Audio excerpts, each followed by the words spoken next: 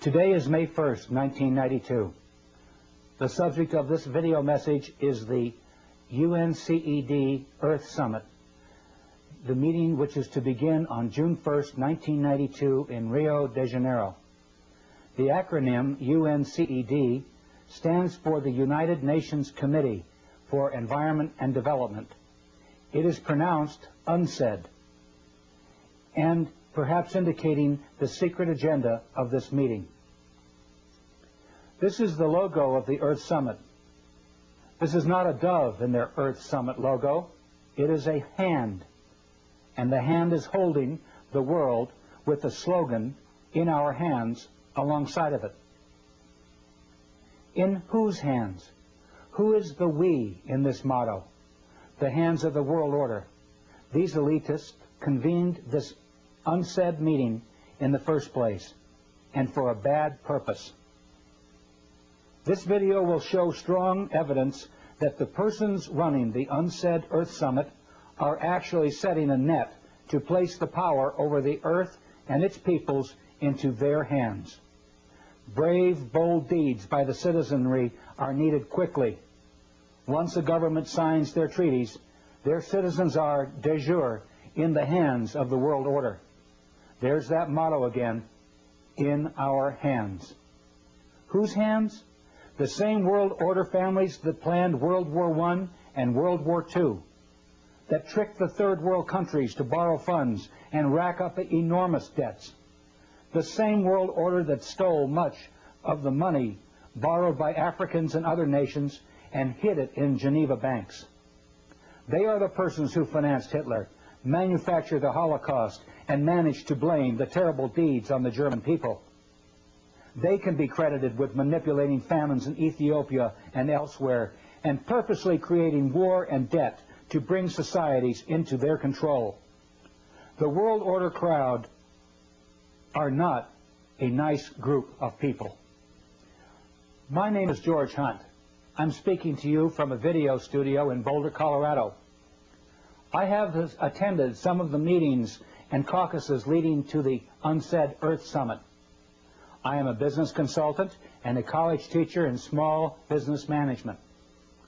I own an environment company too, and am very familiar with the environment hypocrisy that the world order crowd has taken over the environment movement.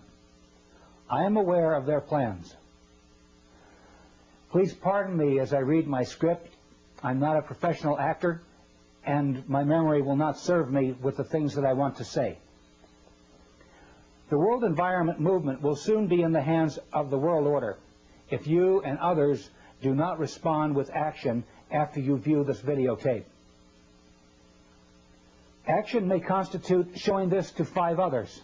It may constitute showing it to a judge down the street or a city councilman who you know in your town.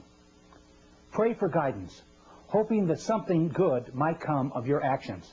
Somebody is going to set the spark off. I really feel that it is not too late.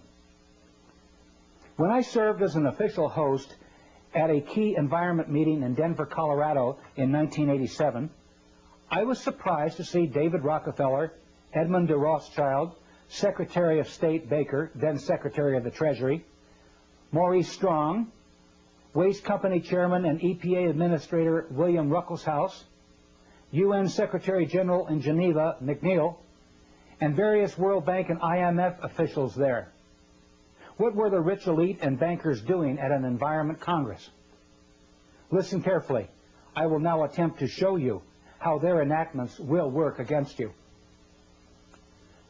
Trust and foundation income is the cornerstone of the world order. They command politicians to do their bidding, and presidents, judges, and legislators lick their boots.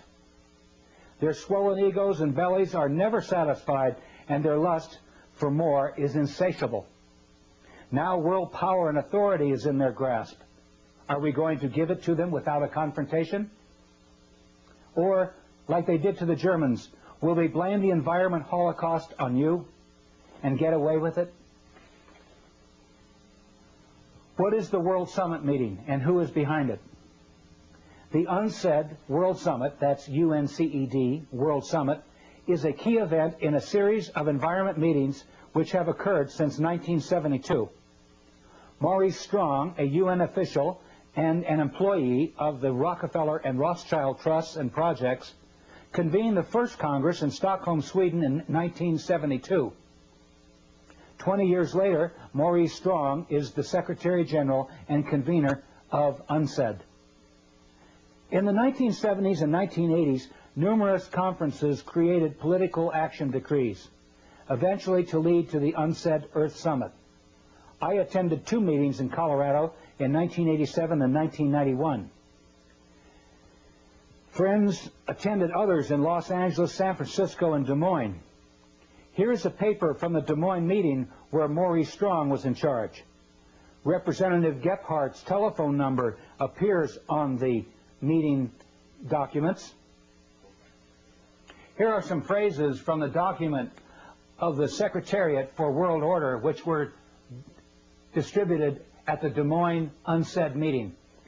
We are the living sponsors of the great Cecil Rhodes' will of 1877, in which Rhodes devoted his fortune to the extension of British rule throughout the world and colonization by British subjects of the entire continent of Africa, the Holy Land, the valley of the Euphrates, the islands of Cyprus and Candia, the whole of South America, the islands of the Pacific not heretofore possessed by Great Britain, the whole of the Malay archipelago, the seaboard of China and Japan, the ultimate recovery of the United States of America as an integral part of the British Empire.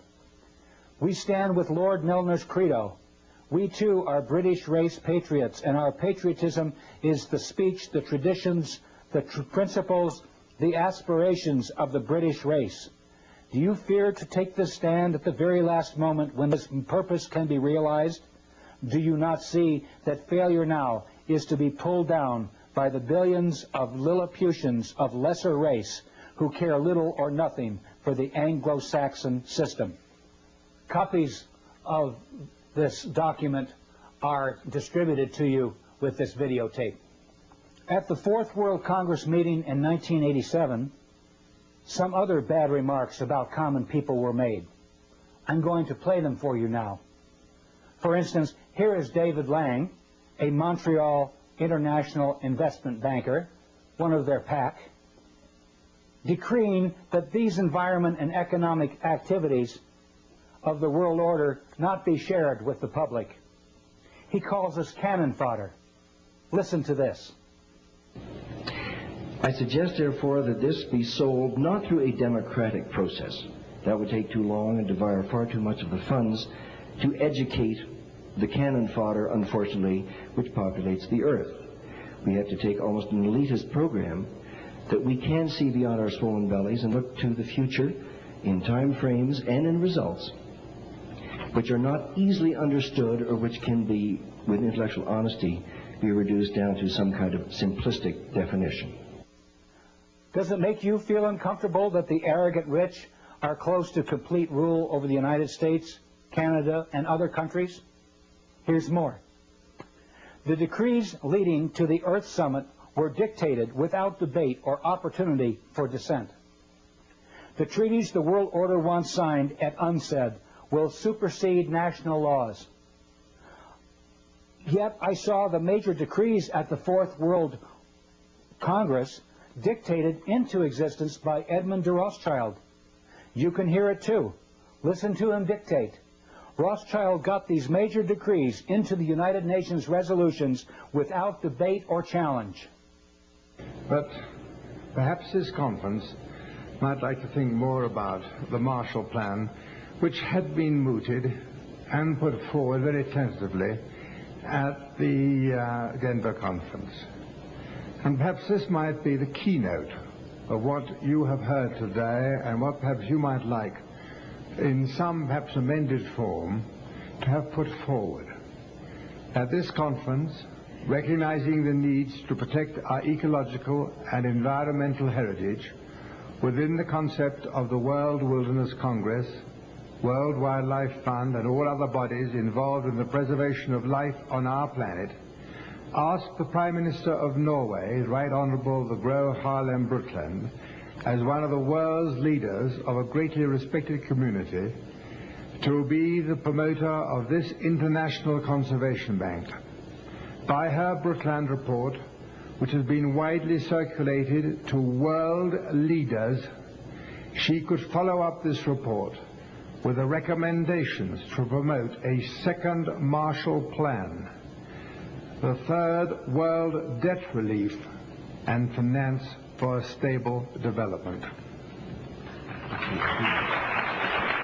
Nobody at that caucus mentioned a second world Marshall Plan or a new currency system to finance a stable development. The World Conservation Bank had not been thoroughly discussed at all. I was denied the opportunity to openly challenge Rothschild's remarks at the caucus by the World Conservation Bank president and meeting chairman, I. Michael Sweetman. In world politics, the names of First World, Second World, Third World, and Fourth World are used to describe blocks of political entities. The First World is the capitalist countries of Europe and North America. They are industrial and are, therefore, the world's biggest polluters. The Second World is the Soviet Union and the Eastern Bloc countries. Do you remember Rothschild referring to a Second World Marshall Plan? He was speaking of the Soviet Bloc countries, not a second Marshall Plan. He was speaking of the Soviet Bloc countries and that they will be rescued by First World money. Europe was granted huge sums of money by the Marshall Plan in 1949, and the Second World will receive billions of North American money in this repeat performance. And guess what banking family will act as the main money changers for the Russian ruble, possibly absconding with billions? The Rothschild Group, of course. Rothschild made these remarks back in 1987, 2 years before the Berlin Wall was torn down. He was bragging to us that he knew the Soviet regime would collapse. Here are some April 1992 news articles about the progress of Rothschild's Second World Marshall Plan. They come from the New York Times, and the world order is right on time. Here is a April 15th, 1992 New York Times headline. $44 billion needed to aid ex-Soviets in 1992, IMF says.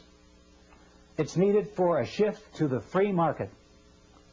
Most of the help would finance imports of food and spare parts for 15 republics.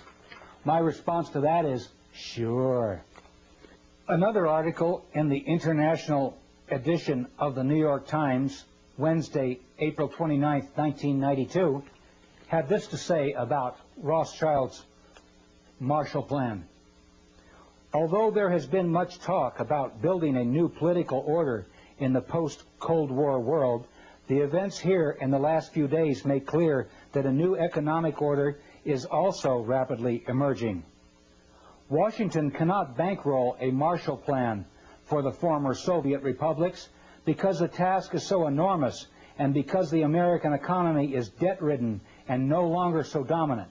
That is why Washington has asked the IMF to run the rescue operations, which are expected to cost $44 billion this year. Well, Rothschild really called it, didn't he?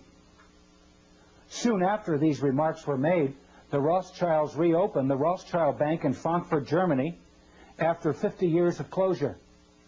They are now conveniently available to stabilize the Russian ruble with money from the West. Question: do we really want to send North American money abroad so the Rothschilds can make multi-billion-dollar windfalls on the currency trades? Let's talk about the Third World now. The Third World are those countries who have emerged since World War II. Young and easily fooled, the World Bank under Robert S. McNamara played bad tricks on them, spiriting billions of loan dollars back to Swiss bank accounts through fictitious African addresses. They now owe $1.5 trillion to the world banking system with nothing to show for it except poverty and cruel loan collections. Maurice Strong has suggested an ominous scenario at the UNCED meeting, which could break out if his words are to be believed. He says in this article in West magazine that a fight may erupt between the first world polluters and the third world poor. Here is how he describes it. Each year, he explains as background to the telling of his novel's plot, the World Economic Forum convenes in Davos, Switzerland. Over 1,000 CEOs, prime ministers, finance ministers, and leading academics gather in February to attend meetings and set economic agendas for the year ahead. With this as a setting, Maurice Strong then says, what if a small group of these world leaders were to conclude that the principal risk to the earth comes from the actions of the rich countries? And if the world is to survive, those rich countries would have to sign an agreement reducing their impact on the environment. Will they do it? He's really talking about the UNCED meeting. And Strong, driving as I take notes, looks at me. Then his eyes go back to Highway 17 on the way from Alamosa, Colorado to his New Age ranch in Crestone, Colorado.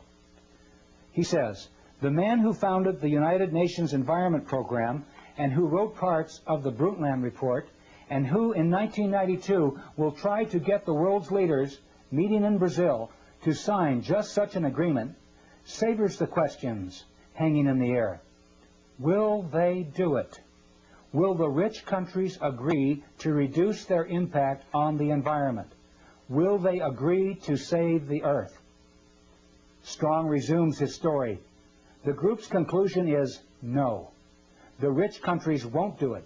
They won't change. So, in order to save the planet, the group decides, isn't the only hope for the planet that the industrialized civilizations collapse? Isn't it our responsibility to bring this about? This group of world leaders, he continues, form a secret society to bring about an economic collapse. It's February. They're all at Davos. These aren't terrorists. They're world leaders. They have positioned themselves in the world's commodity and stock markets. They've engineered, using their access to stock exchanges and computers and gold supplies, a panic. Then they prevent the world stock market from closing. They jam the gears. They hire mercenaries who hold the rest of the world leaders at Davos as hostages. The markets can't close. The rich countries, and Strong makes a slight motion with his fingers as if he were flicking a cigarette butt out the window. I sit there spellbound. This is not any storyteller talking. This is Maurice Strong. He knows these world leaders. He is, in fact, co-chairman of the Council of the World Economic Forum. He sits at the fulcrum of power. He is in a position to do it. I probably shouldn't be saying things like this, he says. Highway 17 cuts straight across the desert, heading out of the land of dreams. When the truth is finally told, Maurice Strong fears the world will come to this. No secret societies, no hostage takings at Davos, but it will come to the same conclusion. The global economy, sapped by credit and debt loads and environmental disasters, will simply come unstuck. And nothing, not even the inspiration of the Baka, can save humankind from itself. They see the struggles and problems at the Baka as reflections of the problems assaulting the planet. They fear the Baka will be, at best, an oasis in the desert of the future, and at worst, a place where dreams die. Even if Strong is fictionalizing and imagining, why would he even suggest these things? The point remains, something important is going to happen at the UNCED Earth Summit. The fourth world. No one really talks about the fourth world, do they? That's because we haven't seen the fourth world come about. The fourth world came up in the title of the Congress I attended. It was called the Fourth World Wilderness Congress. Maurice Strong said it was called the Fourth World because it was the fourth one of these environment congresses that Edmond de Rothschild had created. I learned later that the world order refers to the coming one world government as the Fourth World. World control by the world order, where there is no more first, second, and third world. Just a boundaryless planet which is called the fourth world wilderness. Yogis and shamans refer to it as the fourth world wilderness, the lostness of the mind. The lostness of the mind refers to the collective consciousness. Persons will be coerced through lies, drugs, fear, and pain to surrender themselves, their egos, to the collective consciousness. The fourth world will be a return to a society much like the Caesars or Babylon or the Fourth Reich. Within the fictionalized societies described in Huxley's Brave New World and Brave New World Revisited and Orwell's classic 1984. We will flourish with only a whimper. The world order wants to create a new society out of the ashes of chaos. A collectivist fourth world complete with a collectivist religion, collectivist finance, and unchecked world national socialism. The world order will offer Gaia, Mother Earth, to the masses as the Big Brother image to worship in the fourth world. Maurice Strong has already set up a 140,000-acre project in Crestone, Colorado, to develop this Earth religion system. Projects are funded by the Rockefeller Fund, among other foundations. The Earth Summit will link environment with industry. The lords of the UNCED conference will be the masters of who gets what and when if we don't do something about it quickly. Who leads the environment movement?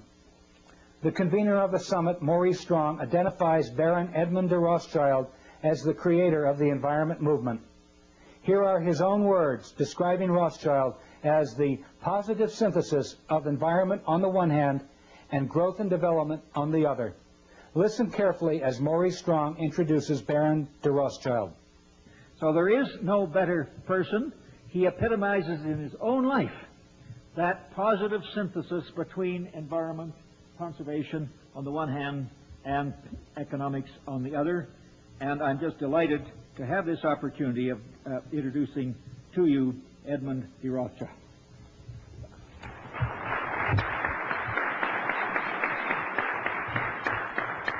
Maurice, thank you very much indeed for all that you've said, and I would ask the audience to take with a slight grain of salt all that he has said about me. Rothschild is the positive synthesis of environment on the one hand, that's the thesis, and growth and development on the other, that's the antithesis. He very clearly admits that the Rothschild combination, including the Rockefellers and most world capitalists, aim to control the environment and development movement as the synthesis. Power will converge into their hands through the Rio Conference. The synthesis, the head of the power, merges into the House of Rothschild. Another speaker at the Fourth World Conference was David Rockefeller, world energy capitalist and banker. He was named Mr. Growth and Development at the meeting. His counterpart, William Ruckelshaus, organizer of the EPA and creator of its laws under Presidents Ford and Reagan, was dubbed Mr. Environment. Here is a picture of the chuckling antagonist at the meeting. Mr. Environment Ruckelshaus is the CEO and chairman of the board for BFI, Browning Ferris Industries, one of the largest private environment companies in the world. The hypocrisy is that Ruckelshaus, as EPA chief, made the very laws by which his waste company, BFI, is becoming rich. Hypocrisy number two is that Ruckelshaus and Maurice Strong were key investors in American Water Development, a company which tried to circumvent Colorado water laws and gain control of one of the largest underground reservoirs of water in the world. Here's an excerpt from a video interview where I explain what they did. And I did a survey of the people down in the San Luis Valley, and I sent letters out to these farmers last December, and I said, what will happen if Maurice Strong and William Ruckelshaus and others pull water, 200,000 acre-feet of water out of the San Luis Valley without one hesitation? It was unanimous that their land will turn into a wasteland. It'll turn into a desert. So here we have people at an Environment Congress that are then waltzing 200 miles south of Estes Park down in the San Luis Valley of Colorado that want to suck the aquifers dry and turn it into a desert. The hypocrisy is so deep. They failed in their attempt because the people learned what they were doing and defeated them. Here is a newspaper article that shows their defeat. I hope we can do it again around the UNCED meeting. Let's hear a little more from Maurice Strong and Edmond de Rothschild and lock in on what kind of people are running the UNCED summit meeting. Here's the part where Rothschild says that projects launched to save the environment will be inoperative. He says it quickly, but he says inoperative. That is, they will not work. And listen to Rothschild snidely suggest that we build dry ice machines and ship up the dry ice to the North and South Poles to keep them from melting. Perhaps it could be possible to utilize CO2, carbon dioxide, one of its main causes, to manufacture dry ice, to maintain the polar caps and the actual temperature of the ice there, and maintain their present temperature. Innovative and modern technology, world waste material, collected and perhaps burnt in volcanic areas or buried so deep in the earth, in the wilderness desert areas of the mid-Sahara where nobody goes, or in the empty quarter in Arabia or the Gobi Desert. But all these ideas and visions, some far-fetched, and above all, the continuation of this Congress needs money. I will play the full speech after this video, and you will hear him say that the world order has these problems. Its indigenous people and its wildlife. People and wild animals are problems? What kind of madness are these world order Caesars afflicted with? I hope I have given you enough information to expose the designs of the world order crowd. They hope to run the lives of people for generations to come. They are the same crowd who created a Hitler, arranged the assassination of Lincoln and Kennedy, and have indicated elsewhere that they want to drastically reduce the population of the world to make environment and development more sustainable. Please quickly carry the truth to others. This video has photocopy exhibits accompanying it too, and you can make unaltered copies of this videotape as much as you please. Large quantities can be ordered at $8 a piece, including photocopied materials, plus postage, until July 4th, 1992. Send your orders and checks to this address. If you want to talk, I will call you collect. So send me your phone number. The light of freedom is going out throughout the world. You know who the culprits are now. It may not be too late to educate key people who can stop them. And you, watching this videotape, are one of the sparks that may ignite the countryside into flames of indignation against these people. Perhaps society still has some leaders that won't let us down. Goodbye, and God bless you. So let's get the proceedings running now, and we will see how we go. Thank you. Mr. Maurice Strong, whom most of you already know. Thank you very much, and you've already heard perhaps too much from me, so I think we're reaching the point at which we want to involve you, all of you, in the next step of this conference, which is really to come to grips with some of the principal action-oriented issues. And one of the most important initiatives that is open here for your consideration is that of the Conservation Banking Program. As we mentioned this morning, we have as our chairman, fortunately, the person who really is the source of this very significant concept. He is one of the trustees of the International Wilderness Foundation, which sponsored this meeting. He was at the first of these congresses. So his conversion to the relationship between conservation and economic development has been a pioneering one. Is work on mini dams. I used to be in the hydroelectric power part of the energy business myself. Many of the energy developments that we've seen have come from his early anticipation of our energy needs and his early work in supporting pioneering initiatives to deal with these needs. So there is no better person. He epitomizes in his own life that positive synthesis between environment, conservation on the one hand, and economics on the other. And I'm just delighted to have this opportunity of introducing to you Edmond de Rothschild.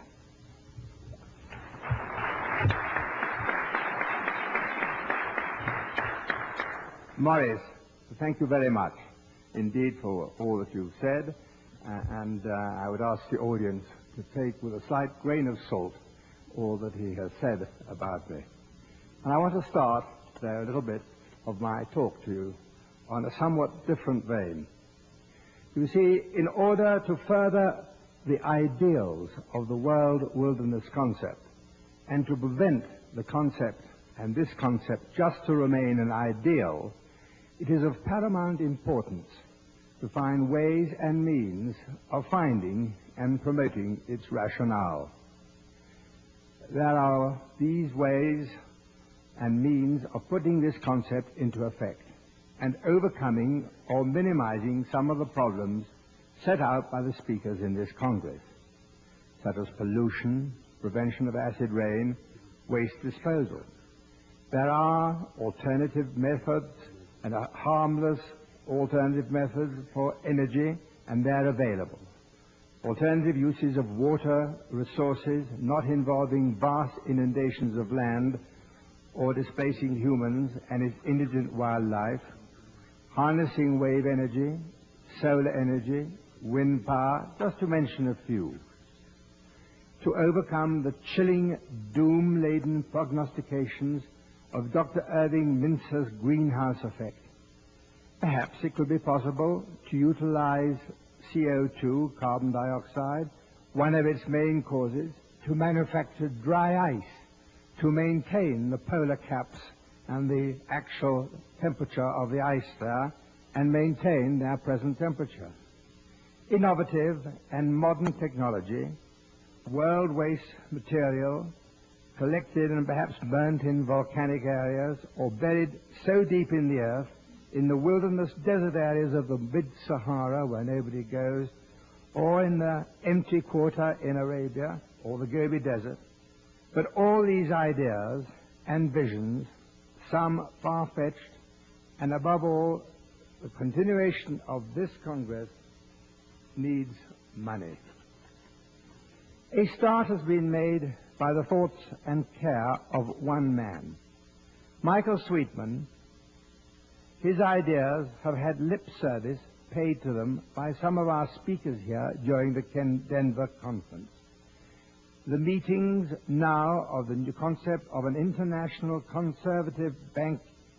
conservation banking program involves all sectors of the human community, governmental and intergovernmental agencies, the public and private agencies, large charitable foundations, as well as ordinary individuals worldwide. Michael Sweetman has written the foreword to this concept. Its final form will no doubt be altered, watered down, or widened. But this convention must put forward this charter. And with the collective wisdom available here today, the charter can be enhanced, embracing those who have given their thoughts in the Denver Public Forum. By thinking forward as to how to reach out to the public at large, to every corporate entity throughout the world, to put aside, hopefully tax-free, a part of their profits to fund our ecological and environmental protection. Ladies and gentlemen, every country has its own problems, its indigenous peoples and its wildlife. This International Conservation Bank must know no frontiers, no boundaries. Its funds must be used constructively and not to be challenged into greedy hands or weapons of destruction. I hesitate to link this bank with world wilderness, but I would like to link it with our survival as a human race. This, our generation, must not be cursed by our descendants, if we have any, as to the greatest destructors and squanderers of the world's resources. That great philosopher and cleric, Teilhard de Chardin, wrote, and I quote, "Man can harness the winds, the waves, and the tides. But when he can harness the energy of love, then for the second time in the history of the world, man will have discovered fire." Michael Sweetman. Michael Sweetman, your love for the world wilderness concept has given you the necessary fire in your belly to produce the germ of the future needs of this concept. And I have great pleasure in asking you to put it forward.